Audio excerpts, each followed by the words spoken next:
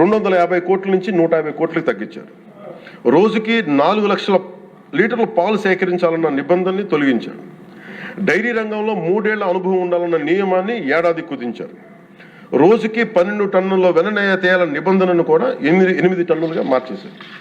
అంటే ఒకరికి నెయ్యి కాంట్రాక్ట్ ఇవ్వాలంటే ఇన్ని నిబంధనల్ని తూట్లు పడిచారు. పోనీ అది చేసిన తర్వాత మళ్ళీ సవరణ అనంతరం వీళ్ళు ఎంపిక చేసిన సంస్థలు 20-23 మధ్య నెయ్యి సరఫరా చేశాయి. నెయ్యి సరఫరా చేసిన సంస్థకు అందుకు కావాల్సిన కనీత అర్హతలు లేవని సిట్ ఛార్జ్ షీట్లో ఉంది అధ్యక్ష. వీరు నెయ్యి సరఫరా ఎంచుకున్న సంస్థలు బోలేబాబా అని కానీ దానికి అనుబంధ సంస్థలు మాల్గంగా, వైష్ణవి డైరీలు 1 లీటర్ కూడా నెయ్యిని పాల నుంచి తయారు చేయాలని స్పష్టంగా చెప్పారు.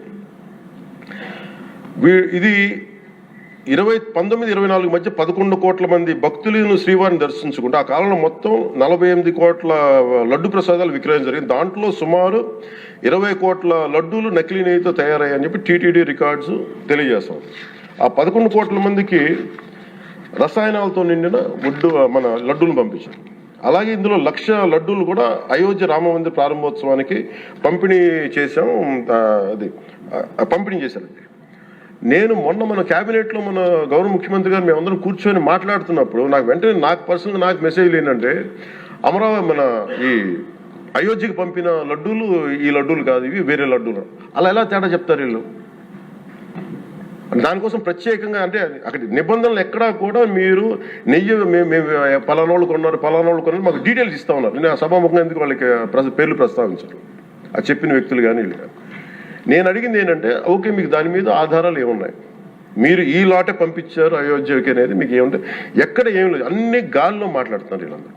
ఇప్పుడు మేము అడుగుతుంది ఏంటంటే దీనికి సంబంధించి కంప్లీట్ పాలక మండలి బోర్డు, టీటీడీ పాలక మండలి board they have to take responsibility. వాళ్ళని గత ప్రభుత్వాన్ని నడిపిన ముఖ్యుడైన వ్యక్తి వాళ్ళని వెనకేసుకొస్తున్నారంటే అందులో కూడా మీకు కూడా బాధ్యత తీసుకోవాల్సి వస్తుంది. అందుకని సభాముఖంగా మేము అందరికీ ఏం చెప్తున్నామంటే let the law take its own course. ఎవరైతే దోషులు ఉన్నారో వాళ్ళకి శిక్ష పడాల్సిందే. మా ఉద్దేశం ఒకటే అధ్యక్ష, ప్రాబ్లం ఎక్కడ ఉంది అంటే ఇందులో మనందరం కూడా ఇందాక మన గౌరవ సభ్యులు మాట్లాడతా నెల్లూరుకు సంబంధించి సోమిరెడ్డి గారు మాట్లాడతా దర్గా కానీ మన కసుమూరు దర్గా గురించి వీటన్నిటి మాట్లాడుతూ ఉంటే బేసిక్గా నేను కూడా నెల్లూరులో పెరిగాను కాబట్టి నేను అర్థం చేసుకోగలను. అది ఎక్కడా కూడా వేరే మతాలను కించపరచడం అనేది తెలియదు అది ఈ దేశం. అందుకే ఈ దేశం ఇలా ఉండేది కాదు. అలాంటి దేశం సాంప్రదాయాలని వీళ్ళు కూర్చోబెట్టి కల్తీ జరిగిందంటే వెరీ సింపుల్గా ఏం చేయాలి, అడల్ట్రేషన్ జరిగింది, మేము కూర్చోబెట్టి దీన్ని కరెక్ట్ చేసుకుని మీరు కరెక్ట్ చేయండి, మేము మీకు మద్దతు ఇస్తాం, ఇంతే చెప్పాలి అధ్యక్ష. అంతేగాని దాన్ని వెనకేసి వస్తున్నారు అంటే ఒకటి క్లియర్ కట్ రిపోర్ట్ ఉంది, అందులో నెయ్యి లేదనేది, అందులో రసాయనాలు ఉన్నాయని ఇది క్లియర్ కట్ చెప్పింది. ఈ రసాయనాల్లో ఏమున్నాయి అనేది అది పెరుమాళ్ గారికి ఆయన కూర్చొని చేయాలండి. ఒక రిపోర్ట్ ఏమో మాకు ఎన్డీడీబీ రిపోర్ట్ ఏమో దాంట్లో ఖచ్చితంగా ఈ జంతువు సంబంధించిన అవశేషాలు ఉన్నాయి అనేది చాలా స్పష్టంగా చెప్పారు. అది ప్రాపర్ ఆథరైజ్డ్ బోర్డు. ఇప్పుడు వీళ్ళేమో కూర్చొని అది కూడా మాట్లాడలేదు. Very clear cut as on today special మన సిబిఐ ఇచ్చిన మన ఛార్జ్ షీట్ ప్రకారం ఆ నెయ్యి కాదు, ఇది పామాయిల్తో పాటు రసాయనాలు కలిపింది. దీన్ని కూర్చోబెట్టి వాళ్ళు ఇంత మాట్లాడుతున్నారంటే ఇది ఖచ్చితంగా ప్రజల మధ్యకి వెళ్ళాలి. దీని నుంచి లబ్ధి పొందేది ఏం లేదు ఇక్కడ. కానీ ఇది ఏంటంటే ఇది ధర్మానికి సంబంధించిన విషయం అధ్యక్ష. ఇదే ఇష్యూ కనుక, ఇదే సమస్య కనుక ఏ ఒక్క మతానికి జరుగుంటే హిందూ ధర్మానికి కాకుండా, వెంకటేశ్వర స్వామి వారికి కాకుండా ఇంకెవరికి జరిగినా కానీ ఈ దేశం గగ్గులైపోయి ప్రపంచం అంతా గగ్గులు పెట్టేసేవాడు. సమస్య ఏముందంటే ఇది ప్రతి ఒక్క హిందూ కూడా ఆలోచించాల్సిందే. ఎందుకంటే ప్రతి హిందూకి బై నేచర్ మా ఇంట్లో కానీ ఎవరు ఇందాక మన సోమిరెడ్డి గారు చెప్పినట్టుగా మీరు దర్గాకి ఏదంతా చూస్తే మేము దర్గాలు కదా, చిన్నప్పుడు మేము స్కూల్లో ఉన్నప్పుడు రొట్టెలు పండుగ దర్గా మెట్లు వెళ్ళి మేము కూర్చోబెట్టి అక్కడ ఇర్రెస్పెక్ట్ హిందూస్ ఇది ముస్లిం ఫెయిత్ అనుకోకుండా వెళ్ళి కూర్చోబెట్టి అందరూ గౌరవించి దాన్ని ఈ రోజుకి వెళ్తారు హిందువులందరూ. సో ఈ దేశ మూల సంస్కృతి మన ఇస్లాంని గౌరవించేది, క్రిస్టియానిటీని గౌరవించేది, సకల మతాల్ని గౌరవించేది. అలాంటిది హిందూ ధర్మానికి సంబంధించిన 7 కొండల వాడు కలియుగ వెంకటేశ్వరుడు. కలియుగ వెంకటేశ్వరుడు దైవం అనడానికి చాలా క్లియర్ కట్గా ఉంది అది. ఎందుకంటే కలియుగంలో జరిగింది ఆయనే, దీనికి ఆధార పురుషుడు, ఆయన మూల పురుషుడు. అలాంటి ఆయనకి పెట్టే ప్రసాదానికి ఇంత అపవిత్రం చేసిన తర్వాత వీళ్ళు ఏమి కూర్చొని దాన్ని తప్పు లేకుండా లేదన్నట్టుగా మాట్లాడుతుంటే వీళ్ళకి నాకు ఏం మాట్లాడాలో తెలియదు. దీనికి ఒక్కటి కూడా ప్రజలకు తెలియజేయాల్సింది ఏంటంటే అధ్యక్ష, ఇదే వేరే ఇస్లాంకి జరిగిన, క్రిస్టియానిటీకి జరిగిన, జీసస్ క్రైస్ట్కి జరిగిన, మహమ్మద్ ప్రవక్తకి జరిగిన, అల్లాకి జరిగిన ఇలా ఉండేది కదా అధ్యక్ష. వాళ్ళు ఆ రోజు మన కౌన్సిల్లో కూడా అలా పటాలు తీసుకొచ్చేవాళ్ళు వేరే ఏ దేవత అయితే. బికాజ్ ఇది హిందువులు కాబట్టి వీళ్ళ కులాలతో ముక్కలుగా అయిపోయి ఉంటారు కాబట్టి హిందువులు తమ మతాలను ఎడాపెడా వీళ్ళు జోకులు వేసుకోగలరు కాబట్టి దీనికి సీరియస్నెస్ లేదు అధ్యక్ష. Before blaming anybody else, every Hindu has to take a responsibility for this, every Hindu. ఎందుకంటే మన ఇస్లాంని మనం ఎందుకంత కూర్చోబెట్టేంత వాళ్ళు గౌరవించే విధానం చూస్తే నిజంగా మరే మనం హిందూ ధర్మాన్ని పాటిస్తే మనం గౌరవించుకోలేమో అనిపిస్తుంది మనకి. అది మిగతా మతాలను చూసి నేర్చుకోవాలి అధ్యక్ష. వీళ్ళకి ఏముంది, వీళ్ళు ఇంత మాట్లాడుతున్నారు తిరుపతి లడ్డు మీద. నిజంగా వీళ్ళు కనుక మాట్లాడితే అదే వేరే మతం గురించి ఎందుకు మాట్లాడరంటే ఓట్లు పోతాయి అధ్యక్ష.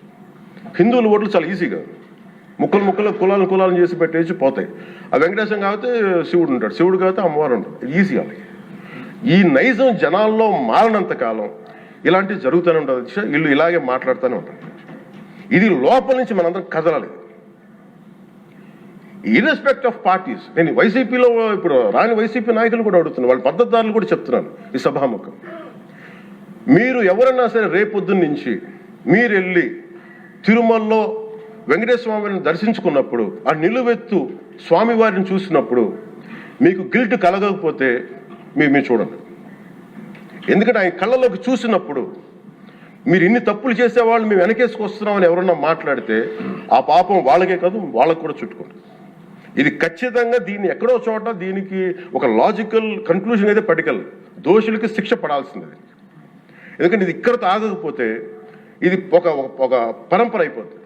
అందుకని మేము ఖచ్చితంగా I'm committed to get this, who are are the perpetrator, they should be punished, they should be punished. అలాగే ఒక ముగింపు 2 వాక్యాలు చెప్పి నేను మాకు చెప్పి ముగిస్తాను. మన ఈ మధ్య నేను ఆముక్తమాల్య చదువుతున్నప్పుడు 218వ పద్యం, దాంట్లో ఆయన చెప్పింది ప్రత్యేకించి ఆయన రాసిన ఈ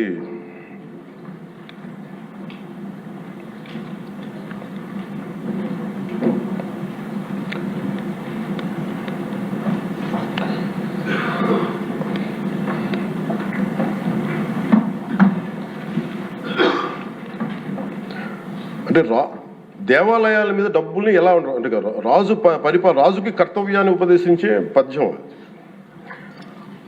ఆయితికానికి ఇవ్వకు మమరాలయ ముఖ్యము, అతడు అర్థతృష్ణాయుతుడై నిజోర్వియగు నష్టికి ఆ ధనమును తరల్చి రాజు ఆయతనమునకు చేర్చు మరి అట్టిది ఆపత్యము కాన ఒంటిగాడే అధికారి కావలయ ఇంచుకు తిన్నను వాడే రూపురం. మనకు తెలిసిన మహా గొప్ప పరిపాలకులు కృష్ణదేవరాయలు రాసిన అముక్తమాల్యదలోనిది ఈ పద్యం. దేవుడి సేవలో ఎలాంటి వారిని నియమించాలో రాజుకు కర్తవ్యాన్ని ఉపదేశించే పద్యం. రాజు కోసం వసూలు చేసేవాడికి దేవాలయంపై అధికారం ఇవ్వద్దు. అలాంటి వాడు డబ్బు మీద ఆశతో రాజ్యానికి వసూళ్లలో నష్టం వచ్చినప్పుడల్లా దేవుడది ధనాన్ని తరలించి రాజు ఖజానాకి చేర్చేస్తూ ఉంటాడు. అలాంటిది తప్పుడు పని కాబట్టి ఎలాంటి మమకారాలు లేని ఒంటరి వాడే ఆలయానికి అధికారిగా ఉండాలి. ఒకవేళ వాడు దేవుడి సొత్తు తిన్నప్పటికీ ఆ పాపానికి వాడే నాశనం అవుతాడు. కానీ ఆ డబ్బు తెచ్చి రాజుకి చేర్చడం వల్ల ఆ రాజ్యమే నాశనం అవుతుంది అని చెప్తుంది అధ్యక్ష పద్యం. గత ప్రభుత్వ పరిపాలన కాలంలో జరిగిందంతా అచ్చంగా ఇలాగే జరిగింది. అంటే ఇది మనందరికీ కూడా చాలా లోతుగా ఆలోచించాలి. ఇది భగవంతుడికి సంబంధించిన, అది అంతమంది వెళ్ళి వాళ్ళ కర్మని అక్కడ వేస్తారు అధ్యక్ష డబ్బులుగా. ఆ కర్మని ఆ పుణ్యస్థలమే కాపాడాలి. భక్తులు తాలూకు ఆ నిత్య 7 కొండల వాడి నామస్మరణే కాపాడు తప్ప ప్రజలు చేసిన కర్మను ఎవరైతే భగవంతుడి సొమ్ముతోటి ఆడుకుంటారో, భగవంతుడి డబ్బును దోచేస్తారో తరాలు కూడా లేచిపోతాయి. చాలా జాగ్రత్తగా ఉండాలి. ఇది ఎంత మనం ఇది చాలా పుణ్యకార్యాలకు ఇవ్వాల్సింది. అందుకని వీళ్ళందరికీ కూడా ఇప్పటికైనా కల్తీ జరిగింది, వాళ్ళు ఒప్పుకుంటామని చెప్పి వాళ్ళు నిజానికి ఇంకా ఇబ్బంది లేకుండా ఇంకా మళ్ళీ దీని గురించి మీరు ఢిల్లీకి వెళ్ళి కోర్టులు వేసే కొద్దీ మీ పాపం పెరుగుద్దే తప్ప, మీ నాశనం కొంచెం ఫాస్ట్ అవుద్ది తప్ప ఇదైతే తగ్గదు. అందుకని దయచేసి అందరం ఈ ఒక్కటి అధ్యక్షుడు ఇంకొక మరో మాట చెప్పి మీరు ఎక్కడో చోట ఈ దేశం హిందూ దేవతల మీద, హిందూ ధర్మం మీద దాడి జరుగుతున్నప్పుడు irrespective of political parties, irrespective of what you are, where you are, which language you speak, ఏ భాష మీరు మాట్లాడతారు, మీరు ఏ కులస్తులో తెలియదు, కానీ హిందూ ధర్మాన్ని మటుకు దాడి జరుగుతున్నప్పుడల్లా ముక్త కంఠంతో ఏకాభిప్రాయంతో ఖండించకపోతే మటుకు ఇలాంటి పరంపర కొనసాగుతూనే ఉంటుందని తెలియజేసుకుంటూ సెలవు తీసుకుంటాం.